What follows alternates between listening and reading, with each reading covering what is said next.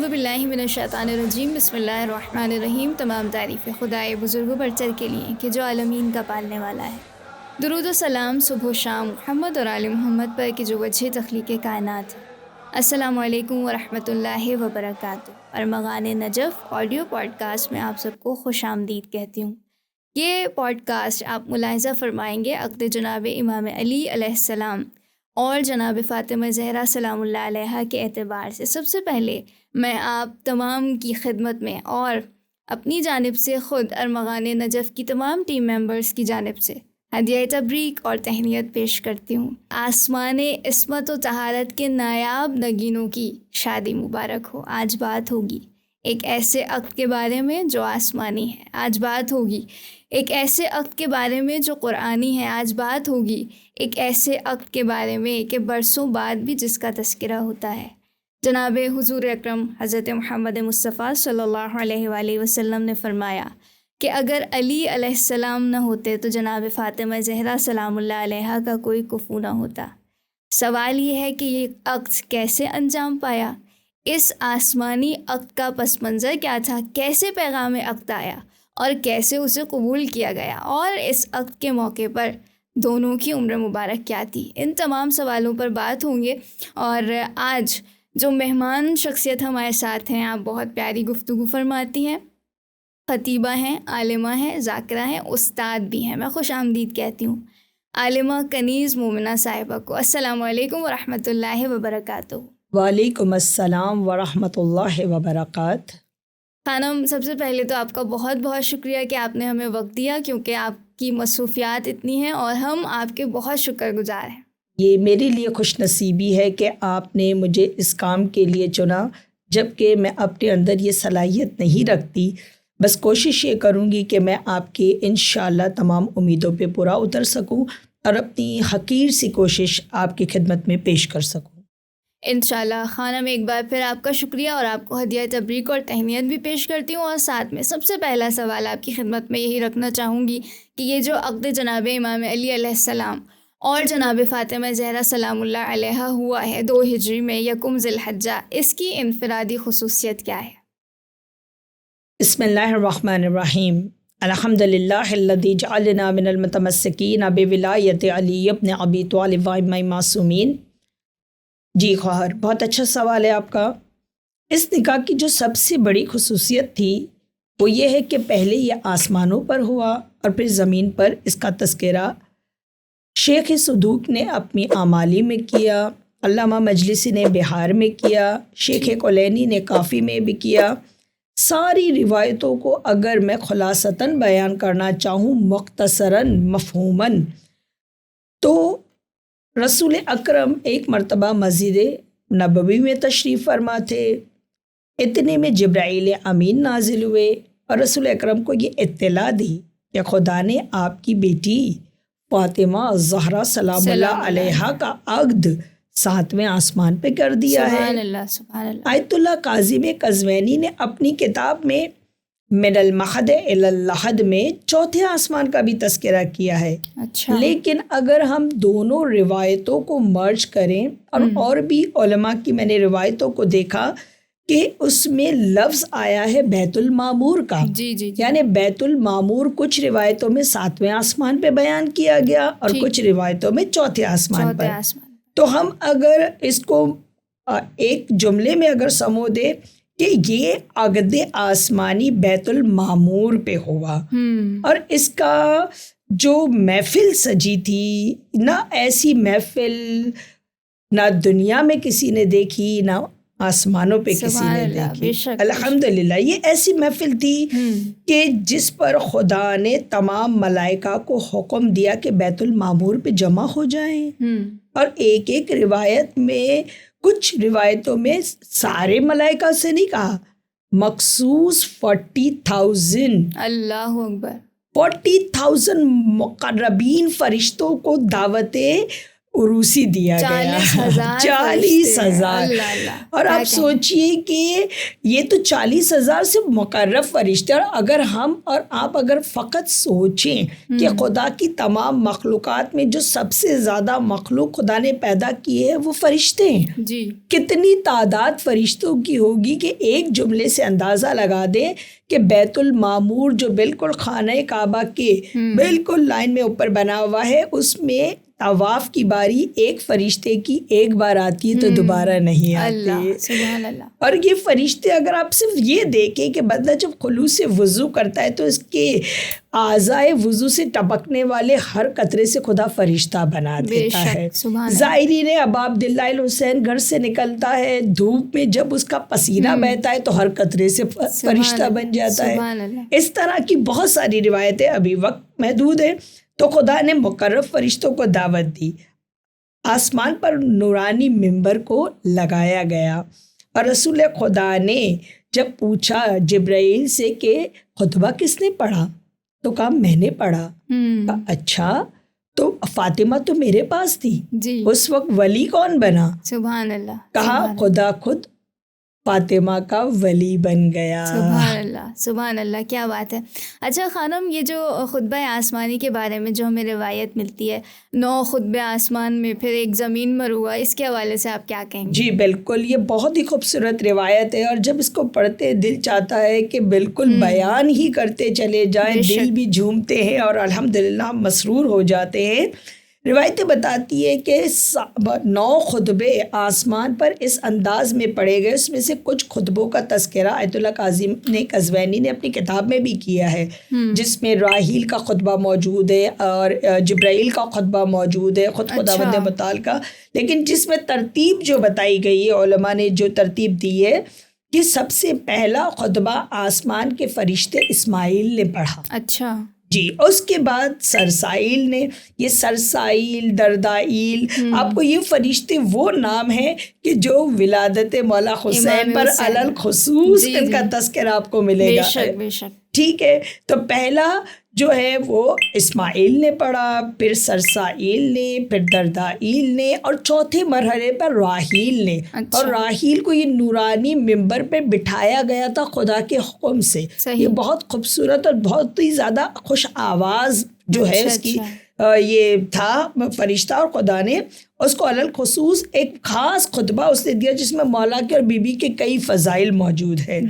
اس کے بعد منصور نے پڑھا، پھر اسرافیل نے، پھر جبرائیل نے، پھر جنت کے چوکیدار رضوان نے پڑھا. سبحان اللہ. اس کے بعد عرش پر خدا نے پڑھا، فرش پر مصطفیٰ نے پڑھا. سبحان اللہ. واہ کیا کہنے اور کس خوبصورت انداز سے آپ بیان کر رہی ہیں، دل چاہتا ہے کہ انسان سنتا چلا جائے. لیکن ایک اور سوال میرے ذہن میں ہے اور وہ یہ کہ اس مثالی نکاح کے موقع پر خدا نے اپنی خوشی کا اظہار کیسے کیا تھا؟ الحمدللہ اس کو بیان کرنے سے پہلے ہم ایک اور بات آپ کے سامنے بیان کرتے ہیں. جی. اور وہ یہ ہے کہ یہ جو زمین پہ نکاح ہوا، آسمان پہ جو نکاح ہوا، اس کو ہمارے علماء نے جس الفاظ میں بیان کیا ہے وہ ایک روایت آپ کے سامنے پیش کروں. اور کیا بی بی کا اس سے پہلے بھی رشتے آئے تھے؟ یہ بھی بات آپ کو تھوڑا سا بیان کر کے آگے بڑھوں. ٹھیک ہے. اعمالی کی روایت شیخ صدوق فرماتے ہیں کہ جبرائیل امین رسول کے پاس آئے اور کہا اللہ تعالیٰ نے فاطمہ زہرا کا نکاح علی سے کر دیا ہے، اب آپ اس کو زمین پر انجام دیں. سبحان اللہ. یعنی پہلے یہ تمام کام آسمانوں پہ ہو چکا. اب اس سلسلے میں اس وقت کہ جب مدینے کے کچھ اصحاب رسول کے پاس بی بی کا رشتہ مانگنے آئے تو رسول اکرم نے جواب میں فرما دیا میری بیٹی کی شادی کا فیصلہ خدا کے ہاتھ میں ہے. میں خود بھی اس بارے میں حکم خدا کا منتظر ہوں. کچھ عرصے میں مدینے میں خبر پھیلی کہ جس کے گھر ستارہ اترے گا اس سے بی بی کی شادی ہوگی. اس میں بھی روایات مختلف ہیں. یعنی کچھ کتابوں میں ستارے کا اترنا ولایت علی ابن علی طالب کی طرف بھی اشارہ ہے. بقول شاعر بڑا خوبصورت یہ شعر ہے اس موقع کے لیے. ستارہ چل کے حیدر کے در پہ آیا ہے. سبحان اللہ. ستارہ چل کے حیدر کے در پہ آیا ہے، عجب شان سے رشتہ علی کا لایا ہے۔ سبحان اللہ۔ نہیں ہے لائق سیدہ کوئی علی کے سوا، یہی بتانے فلک سے تارا زمیں پہ آیا ہے۔ سبحان اللہ، کیا کہنے۔ بس ابھی آپ نے جو سوال کیا کہ اس موقع پر کیا خدا نے بھی اپنی کوئی خوشی کا اظہار کیا؟ جی۔ اس اظہار کے لیے کیا کیا؟ تو یقیناً 2 روایت ہے، اس میں سے ایک روایت میں ابھی پیش کروں گی، ایک انشاءاللہ ہماری اگلی مرتبہ کی گفتگو میں آئے گی انشاءاللہ۔ یہ بڑی خوبصورت روایت ہے اور یہ مناقب کی روایت ہے، ٹھیک، اور یقیناً آپ سننا چاہیں گی۔ بے شک، بالکل۔ مناقب میں روایت ہے کہ ایک مرتبہ رسول اکرم اپنے گھر سے برآمد ہوئے تو آپ کا چہرہ چاندوی کے چاند کی طرح چمک رہا تھا۔ سبحان اللہ، سبحان اللہ۔ اور ایسے میں عبد الرحمن ابن عوف کی نظر آپ پر پڑی تو عرض کیا، یا رسول خدا، آج تو بہت خوش ہے، بڑے مسرور ہے، چہرہ بڑا پرنور ہے، آخر وجہ کیا ہے؟ واہ واہ۔ اس سے قبل کہ میں رسول کا جواب آپ کو بیان کروں، میں بتاتی چلوں یہ وہی صاحب تھے، ٹھیک ہے، کہ جنہوں نے اپنا رشتہ بھی بھیجا تھا۔ جی جی جی۔ اور جب بھیجا تھا تو کیا کہا تھا؟ صحیح ہے، کیا کہا تھا؟ رسول خدا کے پاس رشتہ لے کر آئے اور کہا، یا رسول خدا، میں آپ کی بیٹی فاطمہ کے ساتھ نکاح کا خواہش مند ہوں، صحیح، اگر آپ اجازت دے تو سونا اور چاندی دے کر میں مہر ادا کروں گا۔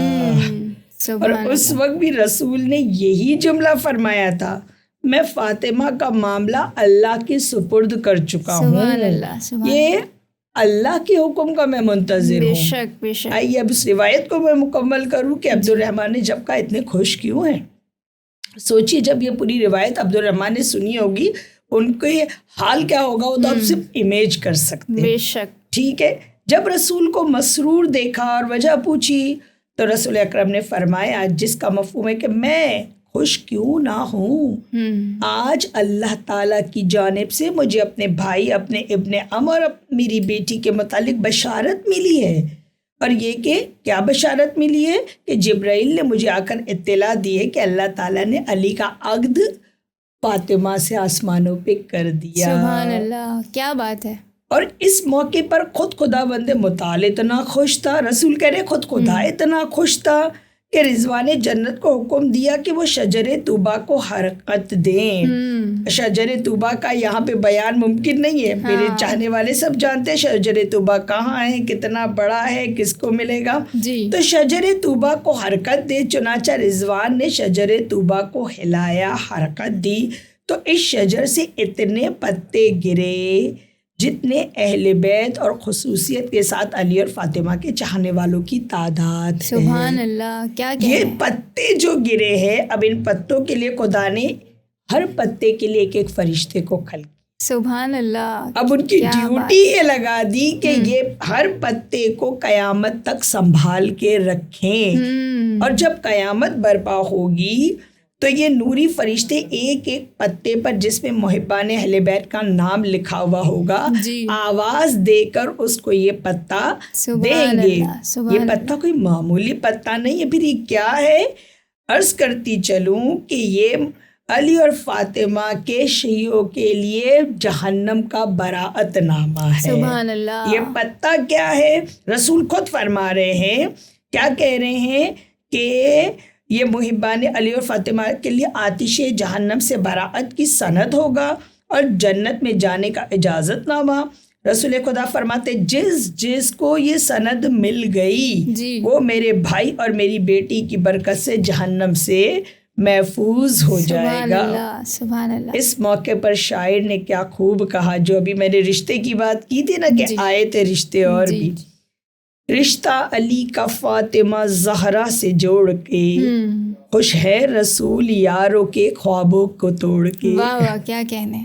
خوش ہے رسول یاروں کے خوابوں کو توڑ کے، ہاتھوں کو مل رہے ہیں مدینے کے کچھ بزرگ، ہاتھوں کو مل رہے ہیں مدینے کے کچھ بزرگ، پتھر کی ایک لکیر سے سر پھوڑ پھوڑ کے۔ اللہ اللہ، کیا کہنے، کیا کہنے۔ تو اپنی آج کی گفتگو کا اختتام ہم بہار کے اس حدیث سے کرتے ہیں۔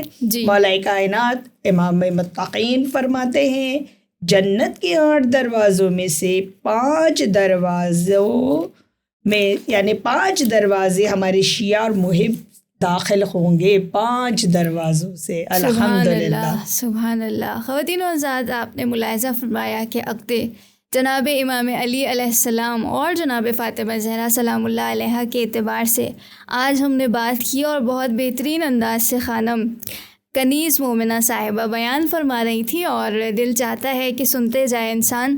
اور لیکن وقت اختتام کو پہنچا، لیکن انشاءاللہ اگلی نشست میں پھر آپ کے ساتھ ہوں گے اور مزید بات کریں گے اس عقد کے اعتبار سے.